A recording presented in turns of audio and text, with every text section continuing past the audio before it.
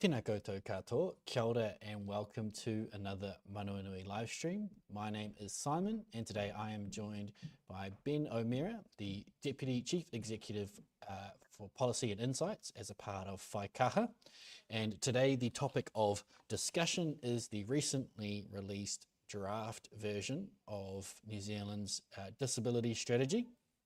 And it is a document that covers what it says on the tin, the strategy for New Zealand, our government agencies, for their response and support of disabled people and their vision for what it means to live in New Zealand as a disabled person and what they can expect or experience as part of their daily lives. And we will get into that in a lot of detail as we get on, but I would just like to invite Ben to introduce himself and to say hello to you all. Good afternoon, Ben.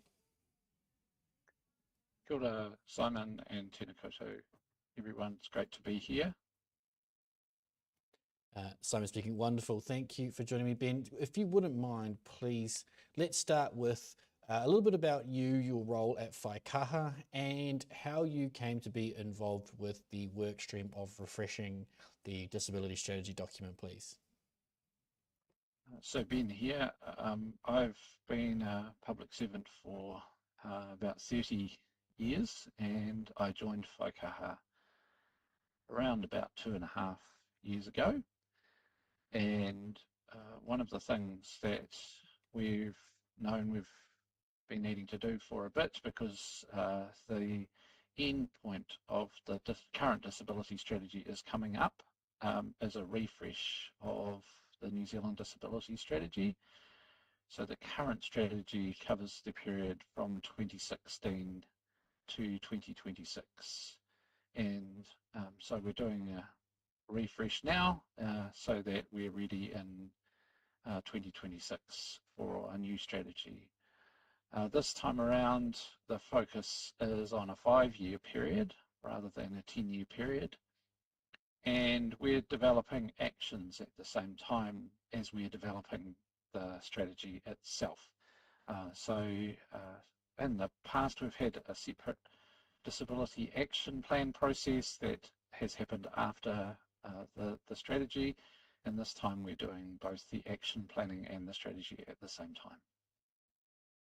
Simon speaking. Awesome. Thank you, Ben. So let's talk about the need for the document, right? This is a strategy document that covers a large part of government support for the disability community in New Zealand, but it's not just something they've decided to do out of the blue. So could you explain to those who aren't fully aware of how this document relates to the United Nations Convention on the Rights of Disabled People and New Zealand's involvement or commitment to that convention, please?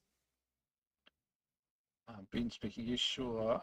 It might be worth starting though with the fact that under the Paiora Act, which was passed as a part of the health reforms, the disability strategy was brought forward from previous legislation into that act.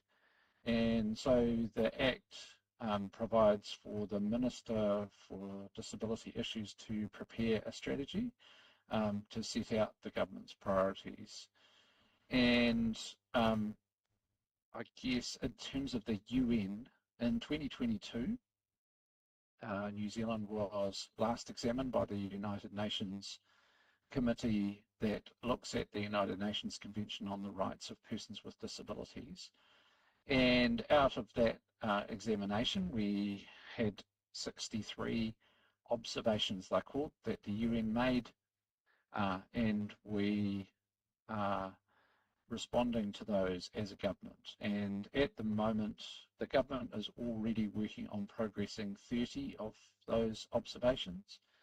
A further 17 of them are being considered for action through the New Zealand Disability Strategy. So there's an important link between the UN observations and the disability strategy. Simon speaking. Wonderful. Thank you. Yeah. Thank you for enlightening me also on relevance of the Paiora Act. That was something I wasn't aware of, so thank you. I've learned something already. This is already a win. So the disability strategy, right? So this document, like we've talked about, is a draft, and you're wanting people to provide feedback on their thoughts for this document. So how important is it for people to actually get involved in this process, and what are you really looking for people to bring out of that document? Ben here. So I guess the thing about a strategy and on a topic as broad as the lives of disabled people is that there is a huge number of things that it could cover. Obviously, for all of us who are disabled, there are many aspects of our lives, and the statistics show that in many areas of our lives, we're not doing as well as non-disabled people. And so the important thing about the strategy is its ability to help us prioritize what we do first and what we put most attention on, and resource most in terms of actions that are going to improve the lives of disabled people. So the strategy has two broad parts in it. The first, I guess that the front end of it is a set of vision and principles, and um, we went out earlier this year and talked to a number of disability groups about refreshing the vision and principles in the 2016 strategy. And as a result of that, there's a proposed new vision in the new strategy, which is kind of more focused on disabled people thriving. It moves us away a little bit from the non-disabling society vision, which was done in 2016. And there's also 7 different principles in the strategy. And so one of the important things that people talked about or have talked about in the consultation so far are the enabling good lives principles. And so when we went out to talk to people earlier this year, they did talk about the enabling good lives principles, but they talked about a range of other principles as well. And so people will see that the strategy has some of the enabling good lives principles in there, so choice and control, but also has other important things like accessibility listed. So we're really seeking people's feedback on, does this vision and principles resonate? Do they make sense? Are the principles the right thing? And then a second big plank of the strategy is 5 chapters which are focused on education, employment, health, housing, and justice. And in each of these chapters, we try to set out what's kind of the goal, what's the end state that we're looking for, what's the kind of current state. So what do we know about the stats right now, which is what we think about as a case for change? And then what are the main actions that we should take over the next 5 years to progress in these areas? And we're really keen to get people's feedback on both the goal statements and also the actions. And then the final piece of the strategy, which we've had lots of thoughts on in terms of people thinking maybe we should say more, is some cross-cutting themes. So that, for example, accessibility is a cross-cutting theme, and that's really around, it's a topic that comes up in all aspects of life, so across education, employment, health, housing, justice, but also comes up in lots of other areas like transport and things like that. So, yeah, bit of a long answer there, Simon. Simon speaking. No, thank you, Ben. That's exactly what we're here for on the live stream. So if you wouldn't mind, you mentioned the Enabling Good Lives principles and some of the other principles featured in the strategy. So I would love to go to some of the questions I received. So if if people aren't aware, there is the Self-Directed Support Network that is an international body of providers and organizations that are involved in self-directed supports. And there has been a recently established New Zealand arm to that organisation, led by Marsha Marshall. That name might sound familiar. She's left Manawanui and now has established that body with and has set up a committee, and they submitted some answers knowing that you were going to be on our live stream, some answers to some questions, sorry. And they are about the Enabling Good Lives principles. Now, you did mention that some of the principles are contained within the strategy, but they are wanting to know why there is no specific mention of enabling good lives and the principles. And I guess it would be nice to get your thoughts around that. And, you know, from my own perspective, it's something that has been quite led by the disability community itself, and it would seem logical to have at least some acknowledgement, and whether that is whether it was missed on by accident or is purposeful, and there's a reasoning that makes sense to the people who are making that question. So I guess the floor is yours, Ben, to kind of comment on that as best you can. You've been here. I think we've had quite a bit of feedback about how we could better describe how the content of the strategy was reached. And I think we had the Enabling Good Lives principles come up a lot in the discussions around forming the principles for the strategy, and maybe we should have noted that and provided some more detail around that process, as well as putting in the vision and principles.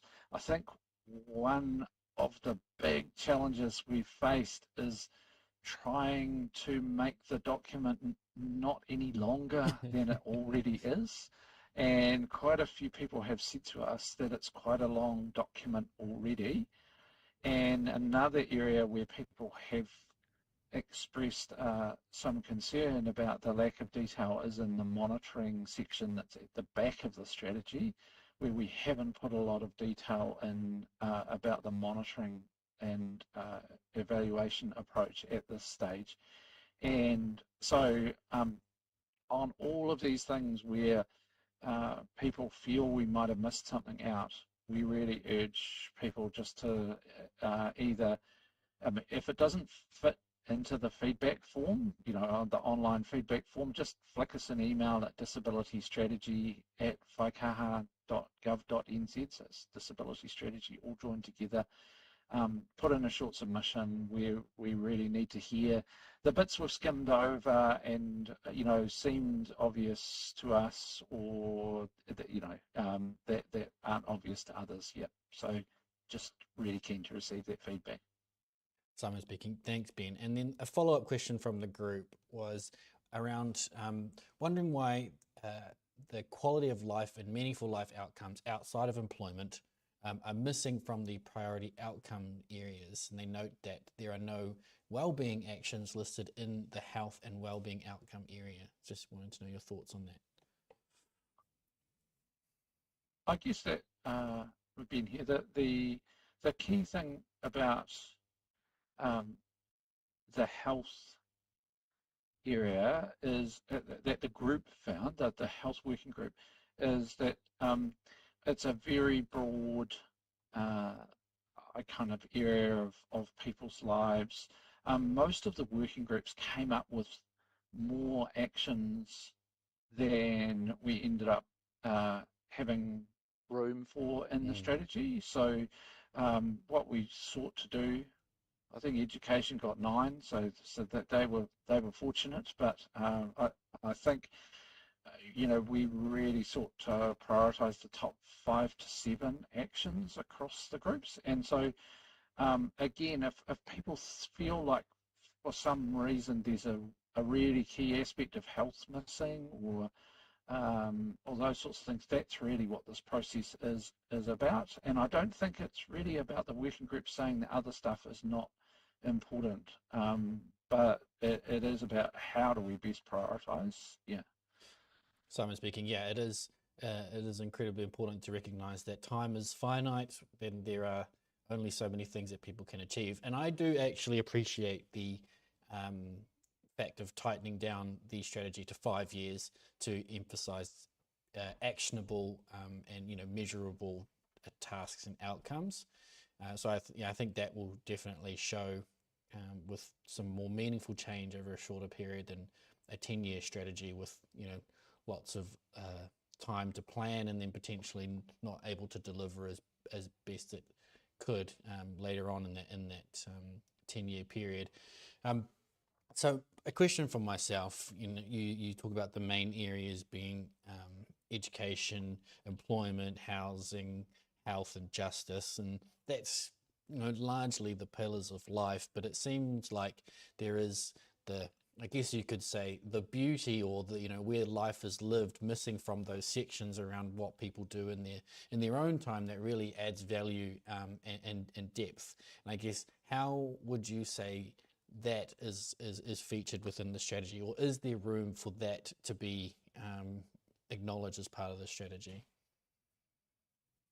Been here, I think quite a few people have talked to us about, for example, being involved in the community, disabled people being able to fully participate, and having active and fulsome lives. I think that is.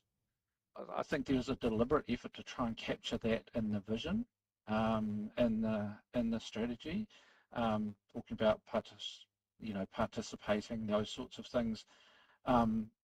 Maybe there's maybe that people will feel that there's not enough actions around those sorts of areas. Again, would really welcome that feedback. The that I guess everything in a 5-year period is about a prioritization and about trying to make choices that leverage what we can do. And I think the other thought I have on this is this is a government strategy, and it's kind of about the things that the government will prioritise. There may be real opportunities for the government to work with non-government organisations, and I think particularly about all the great work that is done by the community and voluntary sector, including the disabled people's organisations and others who actually support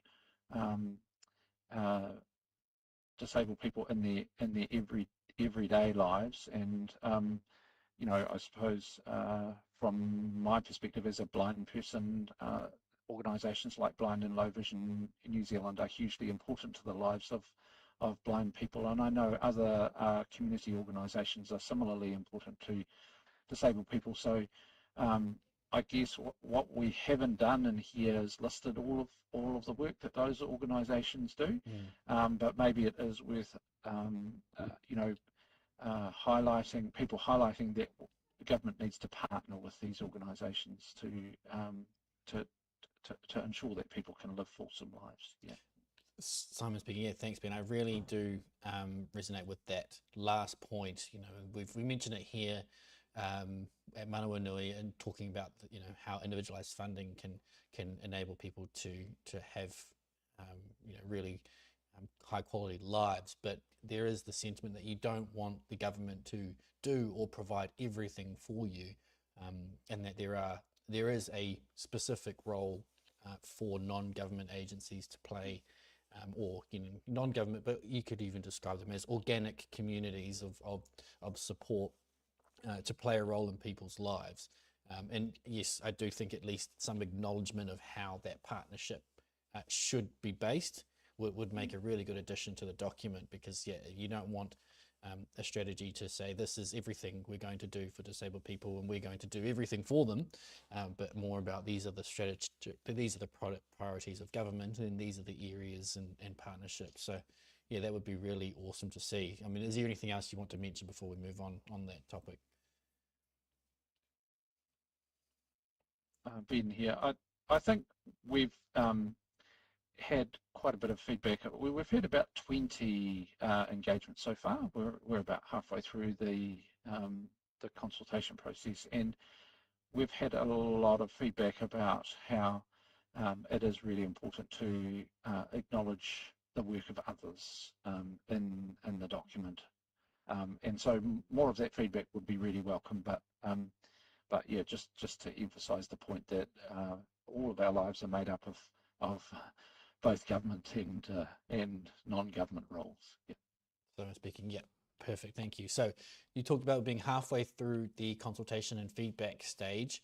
So what are some of the easiest ways people who are listening to this right now and haven't participated yet, how can they get involved and add their thoughts into what changes need to be made in this strategy document?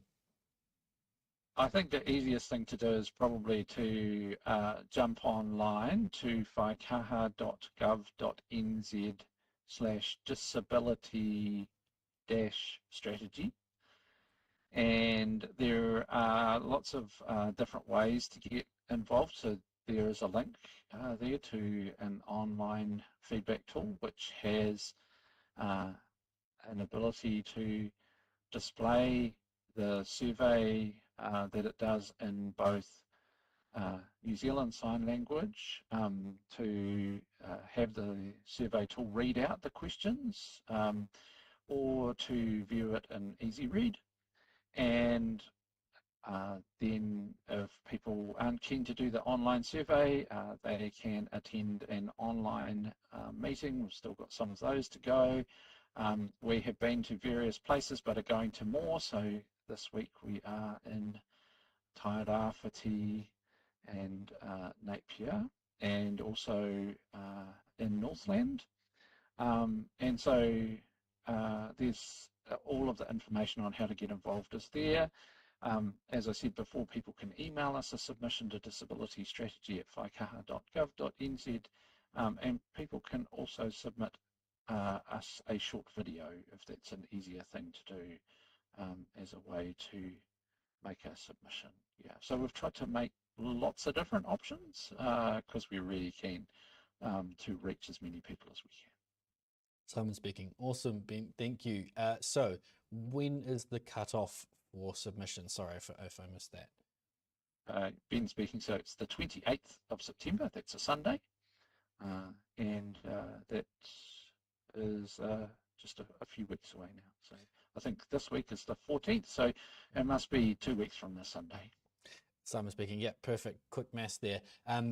So what happens next? What is the time frame of collating the feedback, and then what can people expect around this disability strategy next? So we've already started to analyse the feedback that is coming in, and we're using that to theme the feedback that we receive and to analyse it and to identify areas where people have suggested changes to the document, and we will keep doing that. And after this period, once we've finished analysing submissions, we talk to ministers about the feedback we have received, and eventually Cabinet, which is the group of ministers who meet as a Cabinet each Monday, and also as Cabinet committees, will consider the feedback and sign off on a final strategy document, which is due to be launched in early December. So we're going to be busy.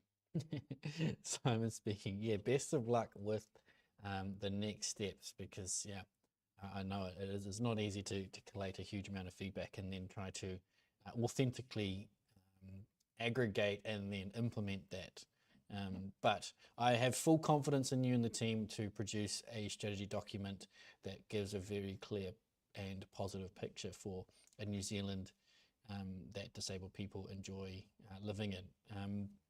Do you have, we've got a few minutes left, do you have any sort of, final words for those people who haven't quite engaged in this process ever and maybe didn't even know we've had a strategy for the last 10 or so years? What would you have to say for those people? Ben here. I think this is an important opportunity to connect with the work that government's planning to do around disability over the next 5 years. It's not the only opportunity that people have to connect with us. And, I'm sure we'll have lots of other discussions as we take the work forward. But this is really the chance to be involved in kind of setting out the priorities and I guess a point in time thing to say, well, how have we gone since 2016? How can we do an even better job over the next 5 years? And I guess one of the things that we're really keen to do this time is that because the action plans are going to Cabinet, it means that there's a level of sign-off for them that has not always been the case in the past. And so I guess that means it's important to get them right because they're likely to be the things that really get focused on over the next little while. So I hope we've made the process to engage as easy as we can. If people do have any questions or concerns, feel free to flick us an email at disabilitystrategy@Whaikaha, and we'll do our best to help out where we can. And I just want to say a huge thanks to all of the community organisations out there who have helped us spread the word, who've really taken on a role often in facilitating meetings. They've hosted us, they've organised Kai, they've got people together, and so that is this is the strength of this is actually in the joining together of the community and the government effort, and enabling through that us to reach people and to get input from people. And many people have shared their stories with us as we've gone through this process too, which has been great for our team to get a real sense of what day-to-day life is like out there. It's not that we didn't know already, but it has been a great opportunity to refresh our knowledge around that. Simon speaking. Thank you very much, Ben. And before we sign off, I do have a question that's just come to mind. You talked about cross-cutting areas where accessibility is across education and housing and transport. Is there an acknowledgement, and I may have missed it in the strategy, is there an acknowledgement to the ministerial departments that need to collaborate on some of those issues? Transport's another one where there's funding or supports and resources available across the Ministry of Transport, and then also from within MSD there's benefits and subsidies and funding. Is there a part of the strategy that lays a blueprint or some direction around how those ministries must work together? Ben here. So we've worked really closely with relevant government agencies all through this process to make sure that where an agency needs to take on an action, they are aware of that action and know how they would progress it. But people have pointed out that there are other things happening across government that aren't listed in the strategy, and so they've said, well, what about those things? And I guess we're really open to feedback. I'm not sure we would ever be able to list everything because often there's just too much. But if people think it's really important to note that some other work is going on as a part of the strategy, um, we're really keen to hear that feedback as well. And it may be that we can create a bit of a sense of other work that's also linked into the work of the strategy. But I do want to really assure people that one of the major things that we've done, particularly through the working groups that have worked on the action areas, is to bring government agencies and disabled people together as a part of preparing this strategy, and to try and, I guess, involve agencies from the outset to build that understanding and commitment. Simon speaking. Wonderful, Ben. Thank you very much. I think that's a great place to end it. It's been a pleasure getting an insight into the wonderful world of disability strategy, and I hope all of you who've listened and have not yet put your voice into the picture felt inspired to do so. You have time. Like Ben said, you have 2 weeks from this coming Sunday before the feedback period ends, so please do take the time. Look, I've put the link to the Whaikaha website where all the disability strategy information is present, all the information around dates and methods of providing feedback are available there. So please click the link and set some time aside, because it really does make a difference and it really does matter to disabled people and their whānau community supporters across New Zealand. So wonderful. Thank you very much, Ben. I hope you enjoyed your time. Any final words before we set you free for the afternoon? No, thank you very much, Simon. It's been a great opportunity. Thank you very much again. I hope you all have a lovely evening, and I will see you again next week. Ka kite.